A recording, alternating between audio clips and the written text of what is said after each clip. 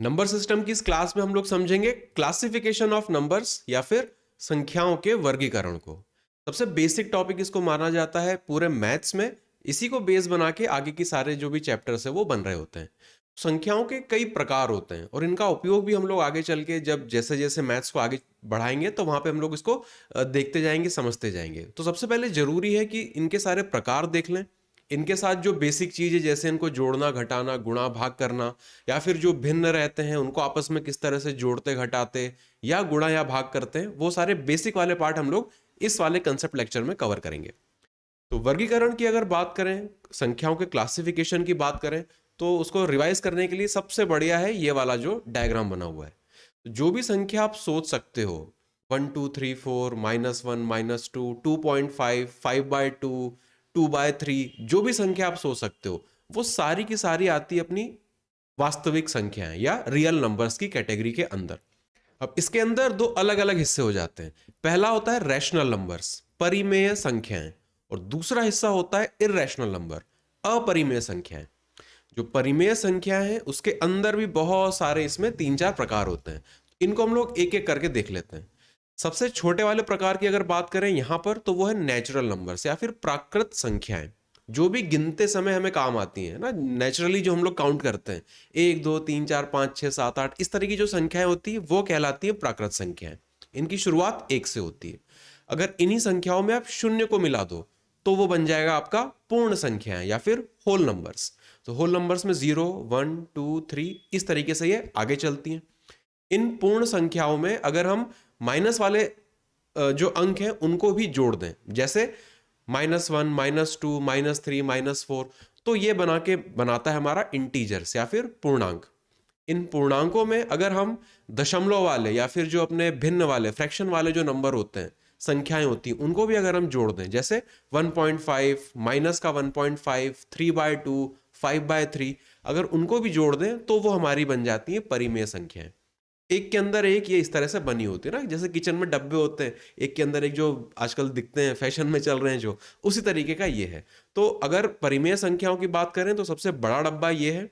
इसके अंदर पूर्णांक इंटीजर्स का डब्बा है, इंटीजर्स के अंदर होल नंबर्स या पूर्ण संख्याओं का डब्बा है, और पूर्ण संख्याओं के अंदर प्राकृत संख्याओं का डब्बा है। इस तरीके से हम लोग इसे देख सकते हैं। वहीं दूसरी तरफ अगर अपरिमेय संख्याओं की बात करें तो वो इन सब से अलग चीज है, इसलिए उसको सेपरेट तरीके से यहां पे बॉक्स बना के लिखा हुआ है। तो ये बेसिक ओवरव्यू दे देता है इन सारे जो भी अपनी संख्याओं के प्रकार होते हैं उसका। अब इनको थोड़ा सा डिटेल में इनके अंदर देखते हैं क्या क्या खास चीजें हमारे लिए महत्वपूर्ण है और हम लोग उसका आगे किस तरह से उपयोग कर रहे होंगे। इन्हीं चीजों को अगर और यहाँ पे थोड़ा सा एक बार लिख के खुद से देखें, तो नेचुरल नंबर्स प्राकृत संख्याएं अभी बात करी थी, इनकी जो शुरुआत होती है वो होती है 1 से। 1 के बाद 2 3 4 5 इस तरीके की जो भी संख्याएं आगे चलेंगी वो सारी की सारी अपनी कहलाती हैं प्राकृत संख्याएं, और ये जाती है इस तरीके से अनंत तक, इन्फिनिटी तक। तो नेचुरल नंबर जो होते हैं उनकी जो शुरुआत है, प्राकृत संख्याओं की जो शुरुआत है वो होती है 1 से। अगला चलें, अगर पूर्ण संख्याओं की बात करें तो पूर्ण संख्याओं की शुरुआत होती है 0 से। इन्हीं प्राकृत संख्याओं को अगर आप 0 से शुरू करा देंगे, तो अगर 0 1 2 3 इस तरीके से चलते चले अनंत तक, इन्फिनिटी तक, तो ये बन जाती है हमारी पूर्ण संख्याएं। पूर्ण संख्याओं की शुरुआत होती है 0 से। तो नेचुरल नंबर और होल नंबर्स, प्राकृत संख्याएं और पूर्ण संख्याएं, इन दोनों में फर्क यह है कि प्राकृत संख्याओं की शुरुआत 1 से होती है और पूर्ण संख्याओं की शुरुआत 0 से होती है। और आगे चलते हैं इसमें। अगला आता है पूर्णांक। ऊपर जो पूर्ण संख्याएं देखी थी उसी में अगर हम माइनस वाले नंबरों को भी जोड़ लें, जैसे -2 -1 0 1 2 इस तरीके से, और आगे चलते चले अनंत तक, या इसके पीछे चले अनंत तक ना, उसको कह देते हैं माइनस की इन्फिनिटी। तो -10 -15 -100 -1000 ये सारे पीछे आ जाएंगे, आगे की तरफ 1 2 3 4 10 100 1000 10,000 और शून्य मिला के। तो ये सारे अपने हो गए इंटीजर या पूर्णांक। तो नेचुरल नंबर प्राकृत संख्या 1 से शुरू होती है, जो पूर्ण संख्या है होल नंबर्स वो 0 से शुरू होती है। इंटीजर में 0 1 2 3 4 और माइनस वाले सारी संख्याएं वो भी हम लोग गिन लेते हैं। अगला जो प्रकार है वो है अपना परिमेय संख्याओं का। तो जो इस तरफ वाला डब्बा ऊपर देखा था डायग्राम में, अब हम उस बड़े वाले डब्बे पर आ गए। तो ये है अपनी रैशनल नंबर्स या फिर परिमेय संख्याएं। पहले इसकी छोटी सी अगर डेफिनेशन देख लें, a number which can be put in the form p by q, ऐसी कोई भी संख्या जिसको p बाय q के रूप में लिखा जा सकता हो। इसमें भी एक छोटी सी कंडीशन बहुत इंपॉर्टेंट है, जहां पे p और q जो है वो इंटीजर है। इंटीजर होने का मतलब जो हमारा पहले देखा था पूर्णांक, -1 -2 ऐसी कोई भी संख्या हो सकती है, उससे कोई फर्क नहीं पड़ता। लेकिन ये वाला जो उसके नीचे वाला हिस्सा होता है ना, जो भी हम लोग उसमें लिख रहे होते हैं, जैसे 3 है 4 है, तो जो 3 है इसको हम कहते हैं न्यूमरेटर, हिंदी में इसको कहते हैं अंश। नीचे वाला जो हिस्सा होता है इसको कहते हैं डिनोमिनेटर, हर। तो डिनोमिनेटर की बात करें या उसके जो हर की बात करें, ये कभी भी जीरो नहीं होना चाहिए। तो q इक्वल टू जीरो जो है वो इसी बात को बताता है ना, ये कंडीशन यहां पे डाल रखी है। अब ऐसा क्यों है तो इसको भी समझ लेते हैं। अगर यहां पे मैं एक संख्या लिख रहा हूं 5 और नीचे 0, 5 और नीचे 0, तो आप जब इसको डिवाइड करके देखोगे खुद से, या फिर अगर आप इसको कैलकुलेटर से करने की कोशिश करोगे, तो वो आपको दिखा देगा एरर करके, या कैन नॉट बी डिटरमिन्ड, इस तरीके का लिखा हुआ आपको उसमें मिलेगा। किसी भी संख्या को हम 0 से भाग नहीं दे सकते, उसको हम लोग डिवाइड नहीं कर सकते, क्योंकि इसे कहते हैं नॉट डिफाइंड। ये कभी निकलेगा ही नहीं, नॉट डिफाइंड। तो किसी भी संख्या को आप कभी भी शून्य से भाग नहीं दे सकते, उसको डिवाइड नहीं कर सकते, नॉट डिफाइंड। कैलकुलेटर में आप करोगे तो वो आपको दिखा देगा एरर करके, है ना। इस वजह से ये कंडीशन लिखी है कि जो भी इसका डिनोमिनेटर है, जो इसका हर है, वो कभी भी शून्य के बराबर नहीं होना चाहिए। बाकी कोई भी संख्या हो चल जाएगा, पर शून्य नहीं होना चाहिए, इस वजह से। तो कोई भी ऐसी संख्या जिसे आप p बाय q के रूप में लिख सके, जहां पे p और q जो है वो आपके पूर्णांक हैं, इंटीजर हैं, और q जो है वो जो इसका डिनोमिनेटर है, जो इसका हर है, वो शून्य के बराबर नहीं होना चाहिए। तो ऐसी कोई भी संख्या जब इसको आप इस रूप में लिखेंगे तो वो कहलाएगी आपकी परिमेय संख्या। जैसे यहाँ पे कुछ एग्जाम्पल लिखे हुए हैं, 3/4, -3/4। तो 3/4 में यहाँ पे 3 जो है वो प्लस का है, 4 भी प्लस का है। 3/4 में 3 माइनस का है, 4 जो है वो प्लस का है। बस कोई भी पूर्णांक होना चाहिए, वो प्लस का हो या माइनस का, उससे कोई फर्क नहीं पड़ता। यहाँ पे 3 और नीचे -4, यहाँ पे -3 और -4। तो यहाँ पे एक चीज और आपको देखनी है, ये जो संख्याएं लिखी हैं इनके कुछ स्टैंडर्ड रूप होते हैं। जैसे 3/4 तो ठीक है, -3/4 ये भी ठीक है। जब यहाँ पे लिखा है 3/-4, तो इसको हम लोग इस तरीके से लिखते हैं हमेशा। ये जो माइनस है ना, इसको कभी भी हम लोग नीचे डिनोमिनेटर में नहीं रखते, इसको हम हमेशा ऊपर अंश में, न्यूमरेटर में दे देते हैं। तो इसे हम लोग लिखेंगे -3/4, इस तरीके से। और दूसरा ये जो आखिरी वाला लिखा हुआ है -3/-4, जब भी माइनस आपके न्यूमरेटर और डिनोमिनेटर दोनों में हो, अंश और हर दोनों में हो, तो ये आपस में कट जाता है, माइनस माइनस का साइन कट जाता है। तो ये माइनस से माइनस कट के ये अपने को देगा 3/4, इस तरीके से। तो ये है अपने रैशनल नंबर, परिमेय संख्या। कोई भी ऐसी संख्या आप अपने मन से बना सकते हो, जैसे 1/2 ये भी परिमेय संख्या है, -2/3 ये भी परिमेय संख्या है। कोई भी ऐसी संख्या जिसको आप इस तरह से भिन्न के रूप में, फ्रैक्शन के रूप में लिख सकते हो, वही कहलाती है अपनी परिमेय संख्या, रैशनल नंबर। आगे चलते हैं। अब इन परिमेय संख्याओं का दो चीजें जरूरी होती है, एक तो इनको जोड़ना घटाना, और दूसरा गुणा और भाग।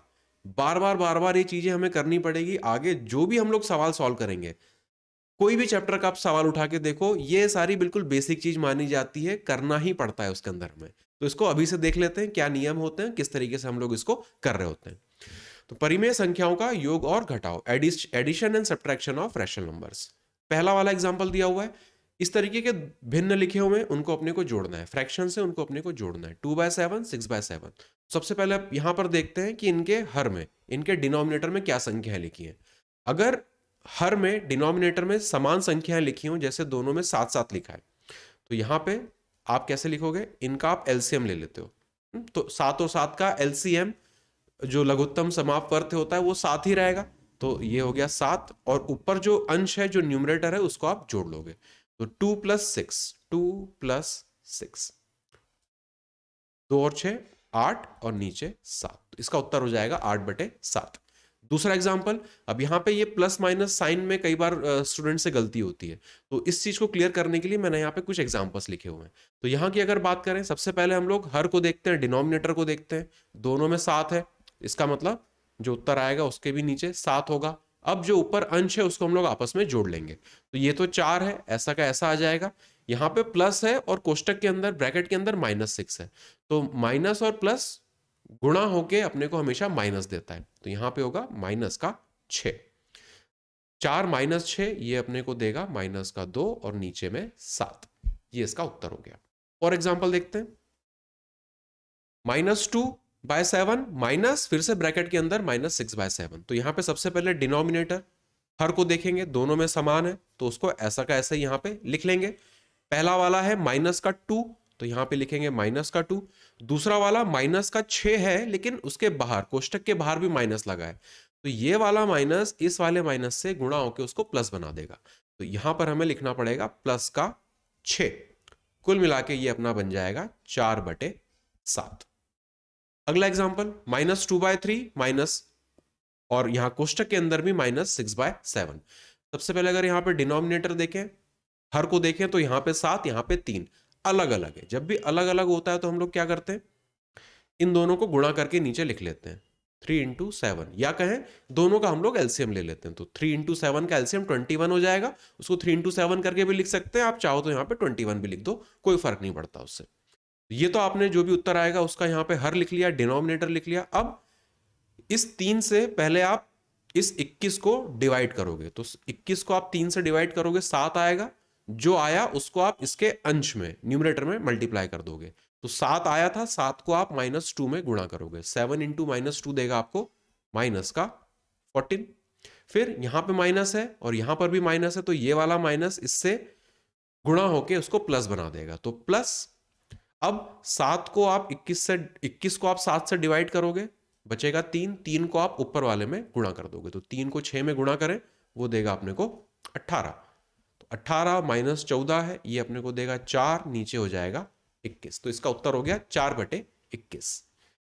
ये वाला देखते हैं, यहां पे 7 है, यहां पे 5 है, इनका एलसीएम ले लेंगे या दोनों का आपस में गुणा कर देंगे, ये देगा अपने को 7 × 5। अब 7 × 5 मतलब 35, 35 को 7 से डिवाइड करेंगे, 5 बचेगा, उस 5 को आप इससे ऊपर वाले से मल्टीप्लाई करोगे, तो 5 × 2 मतलब 10, यहां पे प्लस का साइन है, यहां पे प्लस लगा देंगे। 35 को फिर 5 से डिवाइड करेंगे, 7 को 3 से मल्टीप्लाई करेंगे 21, यहां पे हो जाएगा 21। ये कुल मिला के हो जाएगा 31 डिवीजन में 35, ये इसका उत्तर हो गया। अगला देखें, यहां पर 5 है, यहां पर 15 है, इसका अपने को लेना है पहले तो एलसीएम, तो 15 और 9 का एलसीएम साइड में, अगर पहली बार कर रहे हो तो आप इसको साइड में लिख के कर सकते हो, अगर आपको हैबिट है तो फिर तो कोई दिक्कत नहीं ना, तो आप इजीली निकाल भी लोगे। सबसे बेस्ट तरीके से मैं दिखा देता हूं, पहले एलसीएम निकालना है 9 और 15 का, तो एलसीएम निकालने के लिए 9 और 15 को इस तरीके से लिखो, यहां पे फिर इसको अपने को डिवाइड करना रहता है संख्याओं से, तो सबसे पहले अपन इसको भाग देंगे उस संख्या से जो दोनों में कॉमन हो, जो दोनों को पूरी तरह से विभाजित कर दे, दोनों को डिवाइड कर दे। तो 9 और 15 3 से दोनों विभाजित हो जाएंगे, तो पहले 3 से करेंगे, 3 बार 9, 5 बार 15। अब ऐसा कोई संख्या नहीं जो 3 और 5 को विभाजित करे, दोनों को विभाजित करे, तो फिर यहां पे एक एक को लेके करना पड़ता है। पहले 3 से कर लेंगे, तो 3 को काट देगा एक बार में, 5 को नहीं काट पाएगा, लिखा रहने देंगे। फिर 1 और 5 बचा, तो 5, एक तो एक ही रहेगा, 5 को वो 1 बना देगा। यहां पे जो लिखा रहता है ये वाला हिस्सा, यही गुणा होके अपना एलसीएम कहलाता है। ये वाला जो हिस्सा है यही गुणा होके अपना एलसीएम कहलाता है। तो इसका कुल मिला के जो अपना एलसीएम हो जाएगा वो हो जाएगा नीचे 3 × 3 × 5, ये अपना एलसीएम निकल गया। अब इसी संख्या को आप डिवाइड करोगे पहले 9 से, तो 3 और 3 9 को काट देगा, 5 बचा, इस 5 को आप इस वाले 5 से गुणा करोगे तो ऊपर हो जाएगा 25। अब पहले साइन देख लेंगे, यहां माइनस का है, यहां पर भी कोष्टक के अंदर भी माइनस है, माइनस माइनस गुणा होके प्लस बना देता है, तो यहां पे होगा प्लस। अब जो नीचे संख्या आई थी उसको आप 15 से गुणा करोगे, तो 15 मतलब 5 और 3, ये इसको काट देगा, 3 बचेगा, 3 को आप 4 में गुणा कर दोगे, वो देगा अपने को 12। कुल मिला के ये अपने हो जाएगा 25 में आपको 12 जोड़ना है, ये है 37, और नीचे हो जाएगा 9 और 5, 9 5 = 45, इसका उत्तर हो जाएगा 37/45। अगला हल करते हैं। अब की बार अपने को दिए हुए हैं 3 भिन्न, 3 अपने को यहाँ पे फ्रैक्शन दिए हैं, इनको अपने को आपस में जोड़ना घटाना है, तो थोड़ा सा यहाँ पे स्टेप अपनी बढ़ जाएगी। प्रोसेस अपनी एग्जैक्टली सेम रहेगी, उसमें कोई अंतर नहीं। तो सबसे पहले यहाँ पे अपन इनके हर को देखेंगे, डिनोमिनेटर को देखेंगे, यहाँ पे 3, यहाँ पे 7, यहाँ पे 2। सबसे पहले इसका एलसीएम निकालेंगे। तो साइड में, अब चूंकि यहाँ पे आपस में कुछ भी ना, कोई भी ऐसी संख्या नहीं जो तीनों को काट दे, तो एलसीएम क्या निकलेगा अपना 3 फिर भी चूंकि पहली बार कर रहे हैं तो मैं साइड में इसे लिख देता हूं ताकि आपको प्रॉब्लम ना आए अगर कोई भी फर्स्ट टाइम प्रिपरेशन शुरू कर रहा है। तो 372 बिल्कुल सेम तरीके से यहां पर भी इसका एलसीएम लेंगे। तो 3, 7 और 2, कोई ऐसी संख्या नहीं जो इनको विभाजित कर दे, तो किसी से भी शुरू कर सकते हो। पहले अगर 2 से कर लें तो 3 को तो नहीं काट पाएगा, 7 को भी नहीं काट पाएगा, 2 को एक बार में कर देगा। फिर 3 को ले लेंगे, 3 को कर देगा, 7 को नहीं काट पाएगा, एक तो काटना नहीं है, वो तो उससे नीचे तो कुछ जाएगा नहीं। 7 बचा, 7 से कर लेंगे, ये एक, यहां पर एक और यहां पर एक। यहां पर जो अपनी संख्याएं लिखी हैं इनका गुणा जो है वही अपना एलसीएम हो जाएगा इन संख्याओं का। यहां पे लिख लेते हैं इसको, 2 इंटू 3 इंटू 7, ये इनका एलसीएम हो गया। अब इस संख्या जो अपनी आएगी उसको आप पहले 3 से डिवाइड करोगे। 3 से जब डिवाइड करेंगे तो 3 तो कट गया, 7 दूनी 14 बचा। 14 को आप इस -2 में गुणा करोगे तो ये देगा माइनस का 28। फिर यहां माइनस है, यहां पर भी माइनस, गुणा होके प्लस बना देगा। जो नीचे संख्या है एलसीएम आया उसको आप 7 से डिवाइड करोगे तो 6 बचेगा, 6 को आप 6 में गुणा करोगे 36। फिर यहां पे प्लस है, यहां पर प्लस लगा देंगे। जो एलसीएम था उसको फिर आप 2 से गुणा करोगे तो बचेगा 7 या 21, 21 को आप 5 से गुणा करोगे वो देगा आपको 105। 36 में से पहले अगर 28 को घटा दें तो ये देगा अपने को 8। 8 को अगर आप 105 में जोड़ दोगे तो वो आपको देगा 113 बटे में, नीचे कितना हो जाएगा 7 या 21 और दूनी 42, 42। इसका उत्तर हो जाएगा अपना 113 और नीचे आएगा अपना 42। तो पहले यहां से देखा, एलसीएम निकाला, 3 से डिवाइड किया तो वो अपना 14 आया। 14 को 2 से मल्टीप्लाई किया या -2 से मल्टीप्लाई किया तो उसने दिया अपने को माइनस का 28। सेम तरीके से इसको डिवाइड किया, 7 से 6 आया, 6 को 6 में गुणा किया, वो उसने दिया अपने को 36। इन सारे सवालों में बस साइन का ध्यान रखना ना, क्योंकि सबसे ज्यादा गलती इसमें साइन की होती है। पहला वाला माइनस था इसलिए माइनस ही रहेगा, ये वाला माइनस माइनस गुणा होकर प्लस हो जाएगा, ये तो दोनों प्लस है तो वो प्लस रहेगा। तो हमेशा जब भी इस तरह का सवाल हो या कहीं कैलकुलेशन में आपको ये सारी चीजें करनी हो तो साइन का बहुत ज्यादा ध्यान रखना, उसी में सबसे गलतियां ज्यादातर हो रही होती हैं। तो माइनस का 28 है, प्लस का 36 है, प्लस का 105 है। तो किसी भी ऑर्डर में कर सकते हो, अब यहाँ कोई प्लस माइनस में कोई फर्क नहीं पड़ता। तो मुझे इजी पड़ रहा था 36 और -28 को देखना ना, तो 36 है, माइनस का 28 है, तो अंतर है इनका 8 का, माइनस करेंगे 8 को आप जो है इसमें 105 में जोड़ दोगे वो देगा आपको 113। और नीचे जो एलसीएम निकला था 7 या 21, 21 दूनी 42, ये अपना इसका उत्तर हो जाएगा। अगला ये वाला हल करते हैं। इस वाले पोर्शन को मैं मिटा देता हूं यहां से। इस वाले सवाल की अगर आप बात करें तो यहां पे 5, 10 और 15, सबसे पहले इनका एलसीएम निकाल लेंगे। तो 5, 10, 15, जो डायरेक्ट कर सकते हैं वो लोग कैसे करेंगे, इनमें से बड़ी संख्या देखो, 5, 10 और 15। 15 सबसे बड़ी संख्या है, इसके मल्टीपल्स पे काम करना शुरू करो। सबसे पहले देखो 15 का जो मल्टीपल, पहला गुणा जो होता है वो खुद होता है। 15 जो है वो 15 को काट देगा, 5 15 को काट देगा, लेकिन 10 नहीं काट पाएगा, तो 15 एलसीएम नहीं हो सकता। 15 का अगला गुणज या मल्टीपल क्या होगा, 30। तो 30 जो है 15 से विभाजित हो जाएगा, 10 से भी हो जाएगा, 5 से भी हो जाएगा, मतलब इसका एलसीएम 30 है। ये उन लोगों के लिए जो इजीली इस चीज को कर सकते हैं या उनकी प्रैक्टिस है। दूसरा, जो पहली बार सीख रहे हैं वो आप लोग इस तरीके से सिंपल एलसीएम निकाल सकते हो। पहले देखेंगे इन संख्याओं को कौन सी ऐसी संख्या है जो पूरी तरह से विभाजित कर देगी। तो क्लियरली 5 से ये सब कट जाएंगे, एक बार, 2 बार, 15 जाएगा 3 बार। अब इनमें आपस में कोई भी ऐसी संख्या नहीं जो इनको काट सके, तो 2 से करना पड़ेगा, एक तो एक ही रहेगा, 3 को नहीं काट पाएगा, 3 ये 1 हो जाएगा, यहां पे 1 और 3 को भी वो 1 बना देगा। तो कुल मिला के यहां पे जो अपना एलसीएम आया वो हो जाएगा 5 इंटू 2 इंटू 3। इसको मैं नीचे लिख रहा हूं, यहां पे एलसीएम अपना आ गया 5 इंटू 2 इंटू 3। अब सबसे पहले वाले फ्रैक्शन को, भिन्न को देखेंगे। जो एलसीएम निकला उसको आप 5 से डिवाइड करोगे तो बचेगा 6। 6 को आप 3 में गुणा करोगे वो देगा आपको 18। फिर यहाँ पे माइनस है, यहाँ प्लस है, तो डेफिनेटली यहाँ माइनस का साइन आएगा। एलसीएम को आप 10 से डिवाइड करोगे, 3 बचेगा, 3 को 7 में डिवाइड करोगे वो हो जाएगा अपना 21। अगली संख्या देखें, ये प्लस है ये माइनस है, तो प्लस और माइनस गुणा होके माइनस देता है, तो यहां पर आएगा माइनस। अब इसको देखें, एलसीएम को 15 से डिवाइड करना है, तो 5 और 3 कट जाएंगे, 15 से 2 बचेगा, 2 को 2 में आप गुणा करोगे वो देगा आपको 4। तो ये जो हो जाएगा -21 -4 मतलब माइनस का 25। इस एलसीएम वाली चीज को मैं यहां से मिटा रहा हूं, ये बन जाएगा अपना 18 माइनस 25, नीचे हो जाएगा 5 दूनी 10 और 3 से गुणा करेंगे 30। इसको मैं ऊपर लिख रहा हूं, 18 और 25 में अंतर है -7 का, और यहां पे रहेगा अपना नीचे 30, तो -7/30 इस सवाल का अपना उत्तर हो गया। इस तरीके से जो भी अपने भिन्न या फ्रैक्शंस होते हैं उनको हम लोग सॉल्व कर रहे होते हैं। सुपर इंपॉर्टेंट चीज है, क्योंकि आगे चल के तमाम सारे जितने भी चैप्टर आगे चल के हम लोग करेंगे, सब में जोड़ना घटाना गुणा भाग ये सब कुछ आएगा ही आएगा, उनमें अपने को ये भिन्न भी देखने को मिलेंगे ही मिलेंगे। इस वजह से ये सारी चीजें बेसिक करना बहुत जरूरी है, ताकि जब मेन कैलकुलेशन वाली चीज अपनी आए तो उसमें अपने को परेशानी ना हो ना, तब एटलीस्ट हम लोग इन चीजों का वहां पे उपयोग कर सकें। अगला चलते हैं, रैशनल नंबर या फिर जो अपनी परिमेय संख्या है उनका गुणा और भाग, मल्टीप्लीकेशन और डिवीजन देखना है। ऊपर देखा था उनको जोड़ना घटाना कैसे है, अब इनका मल्टीप्लीकेशन डिवीजन देखना है।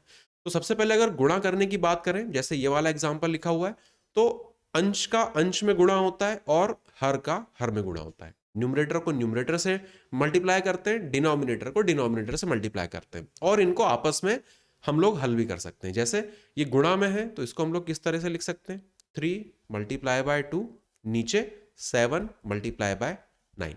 अब ऊपर नीचे जिस भी संख्या से काट सकते हो डिवाइड कर सकते हो उससे हम कर लेते हैं। जैसे क्लियरली दिख रहा है 3 से ये 9 3 बार में कट जाएगा और कुछ बचा नहीं, जो अपना उत्तर हो जाएगा वो 2/7 या 21, इस तरीके से। और देखते हैं, जैसे यहाँ पे लिखा हुआ है तो अब इसमें डायरेक्ट कर सकते हैं, फिर भी एक बार मैं और इसको स्टेप बाय स्टेप करके दिखा देता हूँ। तो ये है 5 मल्टीप्लाई बाय माइनस का 2, न्यूमरेटर को न्यूमरेटर में, डिनोमिनेटर को डिनोमिनेटर में, और नीचे 6 मल्टीप्लाई बाय 19। माइनस का साइन है यहाँ पे तो पूरे को माइनस बना देगा, माइनस को बाहर लिख लेंगे, और 2 से इस 6 को 3 बार अपन काट सकते हैं, तो ये हो जाएगा -5 नीचे 19 इंटू 3 मतलब 57, -5/57 इसका उत्तर हो जाएगा। अगला देखें, -7 मल्टीप्लाई बाय 2, नीचे 13 मल्टीप्लाई बाय 5। कोई भी ऐसी संख्या नहीं जो ऊपर नीचे इनको काट सके, तो इसको इसी तरीके से लिखना पड़ेगा, -14 नीचे 13 इंटू 5 होता है 65, ये इसका उत्तर हो गया। इस तरीके से हम लोग इसमें गुणा कर रहे होते हैं अपनी परिमेय संख्याओं या फिर रैशनल नंबर्स को, न्यूमरेटर को न्यूमरेटर से, डिनोमिनेटर को डिनोमिनेटर से, अंश को अंश से, हर को हर से हम लोग गुणा करते हैं। ऊपर नीचे जिस भी संख्या से हम लोग उसको काट सकते हो, विभाजित कर सकते हैं, उससे हल कर लेते हैं और अपना उसको उत्तर निकाल लेते हैं। अगला अपना हिस्सा बचा हुआ है डिवाइड करना है ना, उसको अपने को गुणा करना है। तो गुणा करने के लिए सिंपल सा प्रोसेस आप फॉलो कर सकते हो। जैसे यहाँ पे 3/4 को डिवाइड करना है 7/12 से, तो इसको ऐसे लिख लो, 3/4, डिवाइड का जो चिन्ह है इसकी जगह आप गुणा का लगा लो, और जो अगला यहाँ पे भिन्न या फ्रैक्शन लिखा हुआ है इसको आप उल्टा करके रेसिप्रोकल पलट के इसको आप लिख दो। तो यहाँ पे आप लिख दोगे 12/7, और अब आप इसको हल कर लोगे जैसे ऊपर वाले सवालों को किया था। तो सिंपल सा प्रोसेस है, जो पहला आपका फ्रैक्शन या भिन्न है उसको आप ऐसा का ऐसे लिख लो, डिवाइड की जगह आप मल्टीप्लाई का चिन्ह लगा दो, और अगला जो भिन्न या फ्रैक्शन है उसको पलट के लिख दो। अब इसको आप हल कर लो आपस में, जैसे 4 से ये कट जाएगा 3 बार में और कुछ बचा नहीं, तो ये हो जाएगा अपना 9/7, इसका उत्तर हो जाएगा 9/7। सेम चीज आप यहां पे लगा के देख लो, 87/27, तो पहला जो भिन्न है उसको ऐसा का ऐसा ही लिखा रहने देंगे,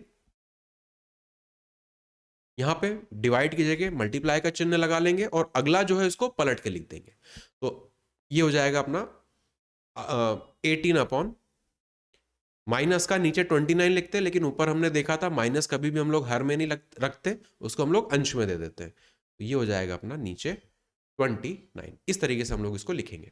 इसको अगर विभाजित करके देखें तो 29 से ये कटता है 3 बार में, 9 से ये कटेगा 3 बार, और ये 2 बार, 3 से ये 3 भी कट जाएगा, तो कुल मिला के अपने को मिलेगा -2। ये इसका उत्तर हो जाएगा।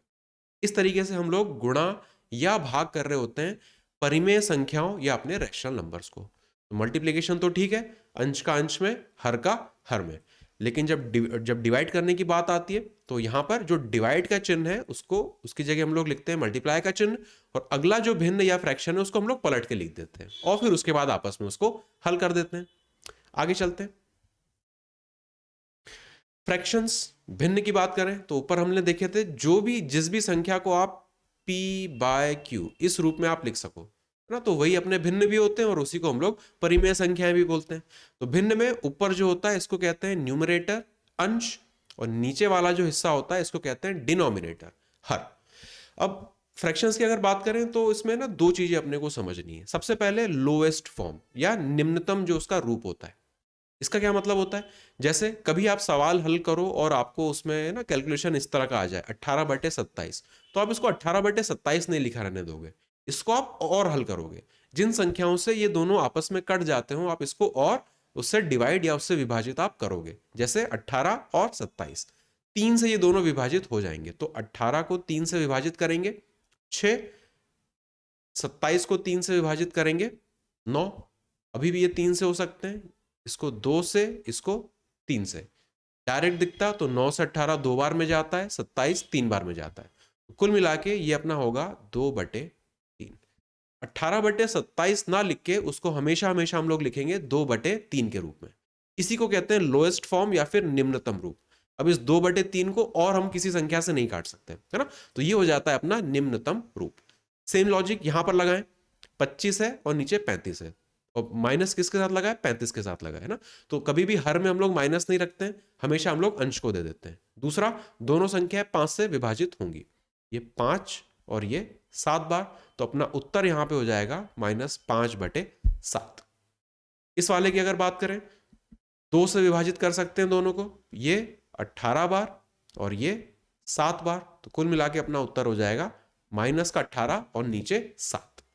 ये जो होता है ये लिखा हो यहाँ पे 2/3 लिखा हो 18/27 की जगह, या 25/-35 की जगह आप -5/7 लिखो, या -36/14 की जगह आप 18/7 लिखो। ये जो लिखे हैं इन्हीं को हम लोग कहते हैं निम्नतम रूप, लोएस्ट फॉर्म। जब भी कैलकुलेशन कर रहे होते हैं हमेशा हमेशा हम लोग अपने भिन्न को, अपने फ्रैक्शन को उसके लोएस्ट फॉर्म, निम्नतम रूप में लेकर आते हैं, जिस भी संख्या से वो विभाजित हो जाए उससे विभाजित करके। दूसरा जो अपने को भिन्न में समझना है वो है इक्विवेलेंट फॉर्म या समतुल्य रूप। ये बिल्कुल ऊपर वाले कंसेप्ट से जुड़ा हुआ है। अगर यहाँ पे बात करें 2/3 की और यहाँ पे बात करें 3/8 की, तो ये अपने निम्नतम रूप में लिखे हुए हैं। अगर मैं इनके अंश में और इनके हर में किसी एक ही संख्या से गुणा या भाग कर दूं, जैसे अगर इस वाले में मैं ऊपर गुणा कर रहा हूं इसमें 5 से और नीचे भी 5 से, जिस भी संख्या से आप गुणा या भाग करो वो समान होनी चाहिए। ऊपर अगर आपने 5 से गुणा किया है उसके न्यूमरेटर में, अंश में, तो उसके डिनोमिनेटर हर में भी आपको 5 से ही उसके गुणा करना है। ये बन जाएगा अपना 10 और नीचे 15।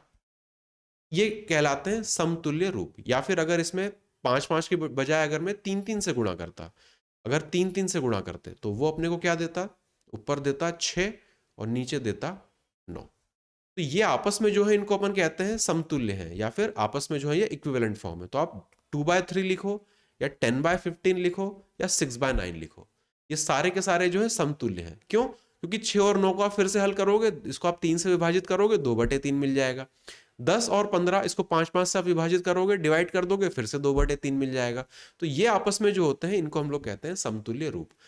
अंश को और हर को, न्यूमरेटर डिनोमिनेटर को आपने किसी एक ही संख्या से चाहे गुणा कर दो चाहे उसको डिवाइड, विभाजित कर दो ना, उससे कोई फर्क नहीं पड़ता अगर आप यहाँ पे मल्टीप्लाई की जगह डिवाइड का साइन लगाते तो, दोनों क्योंकि वापस से आपस में कट जाते हैं इस वजह से। तो ये आपस में कहलाते हैं समतुल्य रूप।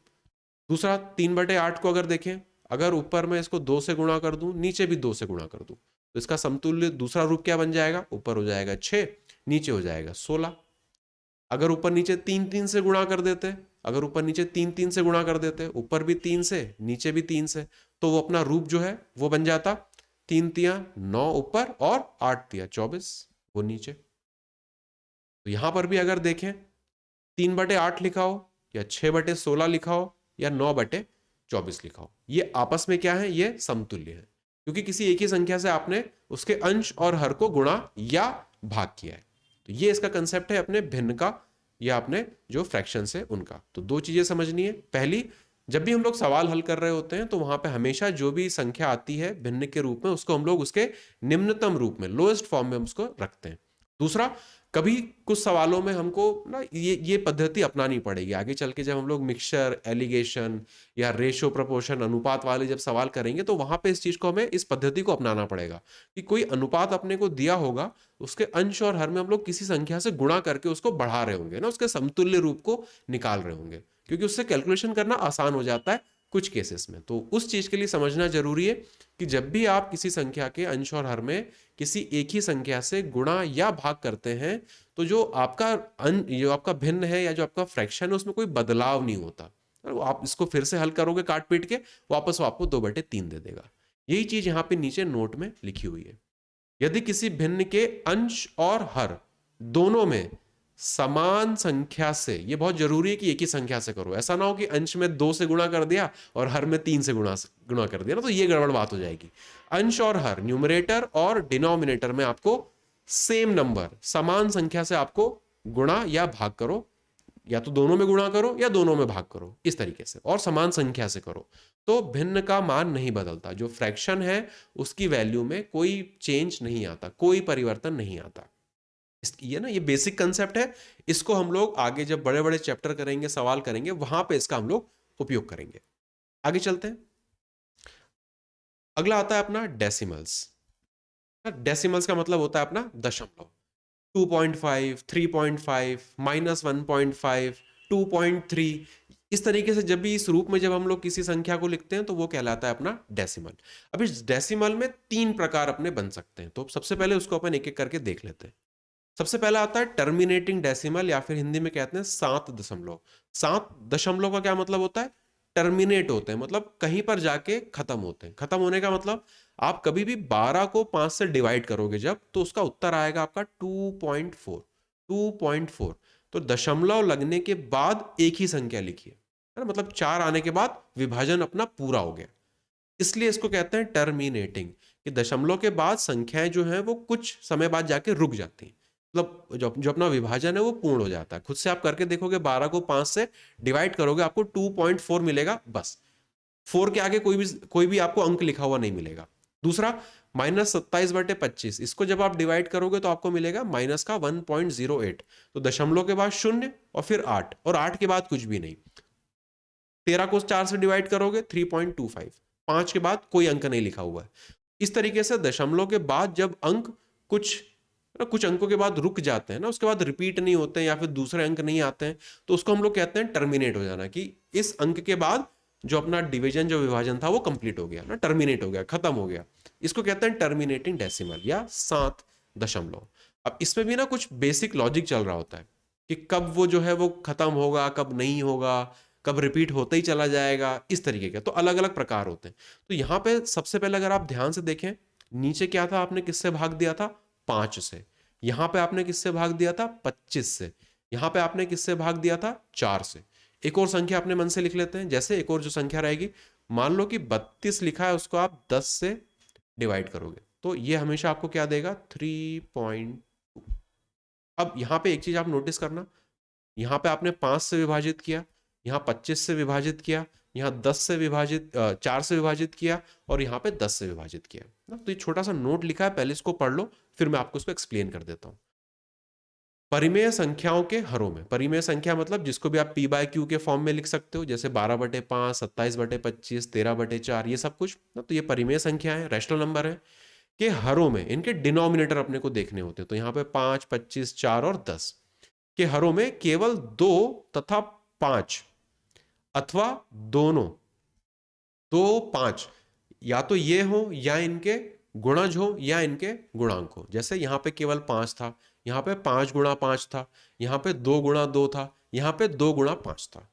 इन कॉम्बिनेशन के अलावा कोई भी अगर संख्या 3 आ जाए, 5 आ जाए, 5 तो ठीक है, 6 आ जाए, 7 आ जाए, 8 आ जाए, 9 आ जाए, कोई और अगर आएगी तो अपनी बात है ना, तो वो फ्रैक्शन कभी, जो भी अपना भिन्न है वो कभी भी टर्मिनेट नहीं होता।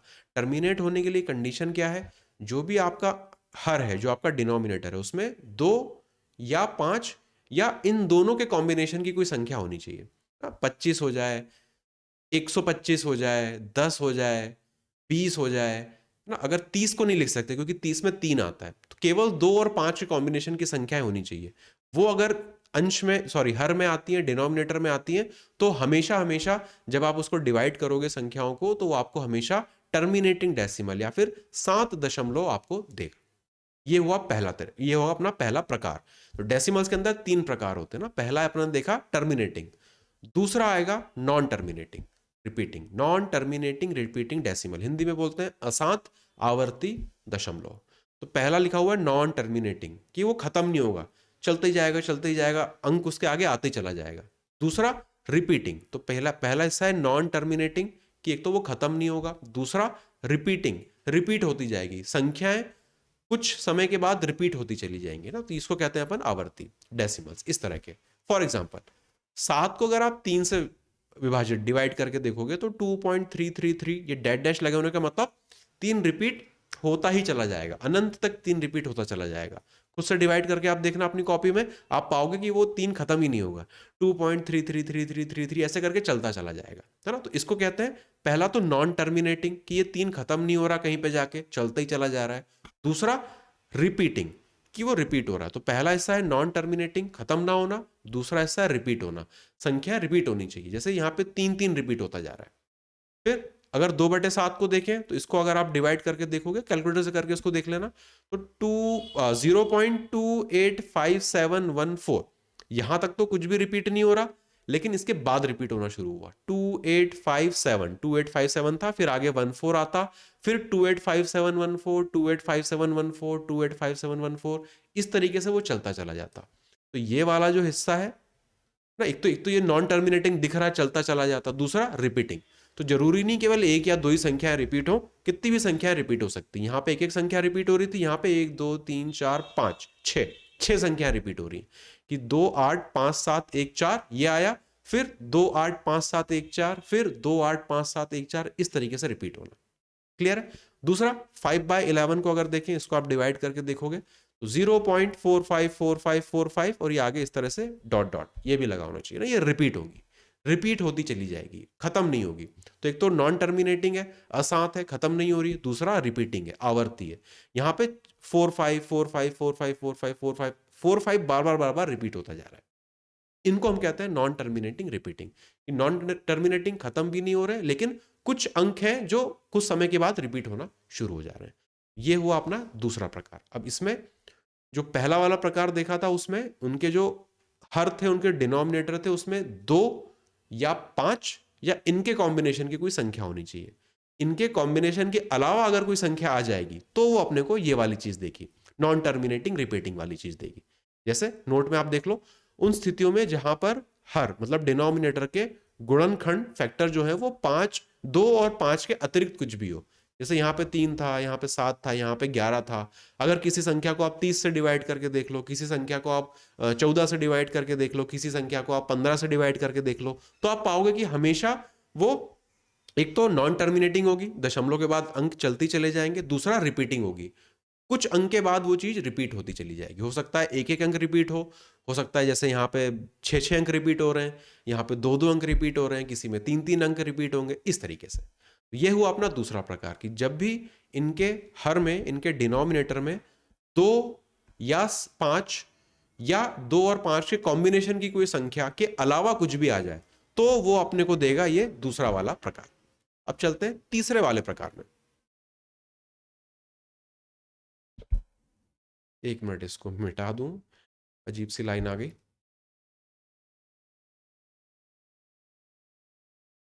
नॉन टर्मिनेटिंग नॉन रिपीटिंग, तो पहला वाला हिस्सा आप देखो इसको, नॉन टर्मिनेटिंग। नॉन टर्मिनेटिंग मतलब वो खत्म नहीं होगा ना, मतलब अशांत। दूसरा नॉन रिपीटिंग, अब की बार रिपीट नहीं होगी। पिछले वाले एग्जांपल में आपने देखा 3 3 3 रिपीट हो रहा था, दूसरे वाले में 2 8 1 4 5 जो भी था वो 6 6 अंक जो है वो रिपीट हो रहे थे, तीसरे वाले में 0.45454545 रिपीट हो रहा था। इस वाले में आप देखो कुछ भी रिपीट नहीं होगा। अब कैसी संख्याएं होती हैं, जैसे वर्गमूल के अंदर 2 ना, √2, √2, इसका मान होता है 1.4142135623 डॉट डॉट डॉट। कहीं पर भी आप देखो कोई भी संख्या, कोई भी अंक जो है वो रिपीट नहीं हो रहा, और दूसरा ये अनंत तक चलती ही चली जाएगी ना, डॉट 3 डॉट लगे होने का मतलब है वो ऐसे आगे बढ़ता चला जाएगा। तो पहली चीज नॉन टर्मिनेटिंग है ना, ये खत्म नहीं होगी, दशमलव के बाद अंक खत्म नहीं होंगे। दूसरा नॉन रिपीटिंग, वो जो अंक आ रहे हैं वो किसी भी कॉम्बिनेशन में रिपीट नहीं होंगे, अलग अलग अंक बार बार आते जाएंगे, 7 के बाद कुछ और आ जाएगा, फिर कुछ और आ जाएगा, फिर कुछ आ जाएगा। तो कोई भी यहाँ पे पैटर्न नहीं है, कोई भी चीज रिपीट नहीं हो रही है। दूसरा √3, इसका मान आप देखोगे तो 1.732050807757 डॉट डॉट डॉट डॉट इस तरीके से। तो पहला तो नॉन टर्मिनेटिंग है, अंक जो है वो खत्म नहीं हो रहे दशमलव के बाद। दूसरा नॉन रिपीटिंग है, वो जो अंक हैं वो भी किसी पैटर्न में रिपीट नहीं हो रहे, एक के बाद एक अलग अलग कुछ तो भी यहाँ पे आता चला जा रहा है। ये होते हैं अपने non terminating, non repeating decimal, Hindi में अशांत अनावर्ती दशमलव। पाए अच्छा एग्जांपल है। तो इसके भी जो अंक होते हैं वो रिपीट नहीं होते, तो ये पाए हो, √3 हो, √2 हो, √7 हो, इस तरह की जो भी संख्याएं होती हैं वो कहलाती हैं अपनी तीसरे वाले प्रकार के अंदर वो आती हैं। तो नॉन टर्मिनेटिंग, अंक जो है दशमलव के बाद खत्म नहीं होंगे। दूसरा नॉन रिपीटिंग, वो जो अंक हैं वो रिपीट भी नहीं होंगे, कोई पैटर्न नहीं होगा उनके अंदर। अभी चूंकि पाए की यहाँ पे बात हो रही है तो इससे जुड़ी एक चीज और मैं बता दूं, कई बार कैलकुलेशन में आप देखते हो जो पाए का मान है वो लोग हम लोग जो है वो 22/7 लेके चीजों को हल कर रहे होते हैं, है ना। तो जब 22/7 के रूप में लिखते हैं तब ये जो अपना अंक होता है ये p/q के फॉर्म में आ गया, तो ये बन जाता है अपना परिमेय। जबकि अगर यहाँ पे देखो तो इसको आप p/q के फॉर्म में नहीं लिख पाओगे, तो ये होता है अपना अपरिमेय। अभी इसको अभी आगे देखते हैं, पाए चूंकि दिखा तो मैंने यहाँ पे इसको बता दिया था। खैर, अपना टाइप ही अपरिमेय वाला है नेक्स्ट ना, तो चलो इसी चीज को अपन वहां पे कंटिन्यू कर लेंगे। अगला आ रहा है अपना अपरिमेय संख्याएं। अपरिमेय संख्याओं का मतलब होता है, एक तो जो आपने ऊपर टाइप देखा ना, ये वाला टाइप जो आपने फ्रैक्शन या अपने अपने ये भिन्न के अंदर जो सॉरी दशमलव के अंदर जो आपने ये वाला हिस्सा देखा था जो नॉन टर्मिनेटिंग और नॉन रिपीटिंग है। तो इस तरह की जो संख्याएं होती है ना, इन्हीं को हम लोग कहते हैं अपरिमेय संख्याएं या इररेशनल नंबर, इन्हीं को हम लोग कहते हैं इररेशनल नंबर। एक दशमलव प्रसार जो ना तो सात हो ना, मतलब ना तो वो टर्मिनेट हो, मतलब नॉन टर्मिनेट हो गया, नॉन टर्मिनेटिंग हो गया, और ना ही आवर्ती हो, आवर्ती मतलब रिपीटिंग। तो ना तो वो खत्म हो, जो उसके अंक आना है वो खत्म हो, और ना वो अंक जो है वो रिपीट हो रहे हो। तो इस तरह का कौन सा अपना दशमलव होता है जो अपन ने तीसरा प्रकार देखा था, वो उन्हीं को हम लोग कहते हैं अपरिमेय संख्या या इररेशनल नंबर ना। तो वहां पर भी हमने देखा था √2, √3 और पाई का मान, तो वही चीज यहाँ पे आके रिपीट हो रही है। तो जो मैं पाई का मान बता रहा था आपको कि अगर हम उसको 22/7 के रूप में लिखते हैं तो ये जो 22/7 होता है ये इसकी अप्रोक्सीमेट वैल्यू होती है, ये जो है इसकी अप्रोक्सीमेट वैल्यू होती है, एक्चुअल वैल्यू नहीं होती। हम अपने कैलकुलेशन को आसान बनाने के लिए पाई का मान 22/7 रख के कैलकुलेशंस को कर रहे होते हैं। एक्चुअल वैल्यू होती है वो 3.14, इस तरह से रिपीट होती ही चली जाएगी। तो चूंकि वो रिपीट होती जा रही तो हम उसको कैलकुलेशन में कैसे लाएंगे, इस वजह से इसका जो अप्रोक्सीमेट मान होता है 22/7, उस चीज को हम लोग अपने कैलकुलेशन में कई बार इस्तेमाल में ला रहे होते हैं। तो पाए को लेके एक चीज समझना, अगर पाए को आप 22/7 के रूप में लिखोगे तो ये प्रमेय संख्या हो जाएगी ना, ये परिमेय संख्या रैशनल नंबर हो जाएगी। लेकिन अगर पाए को आप इस तरह से दशमलव के रूप में लिखोगे तो ये अपरिमेय संख्या इररेशनल नंबर मानी जाएगी।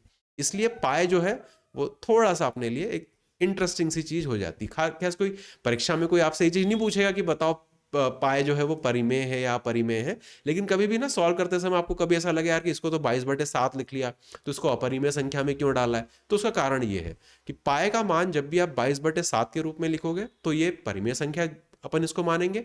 अगर इसको आप दशमलव के रूप में इस तरह से लिखते हो जहां पे रिपीट होता ही चला जा रहा है तो उसको फिर हम लोग अपरिमेय मानते हैं।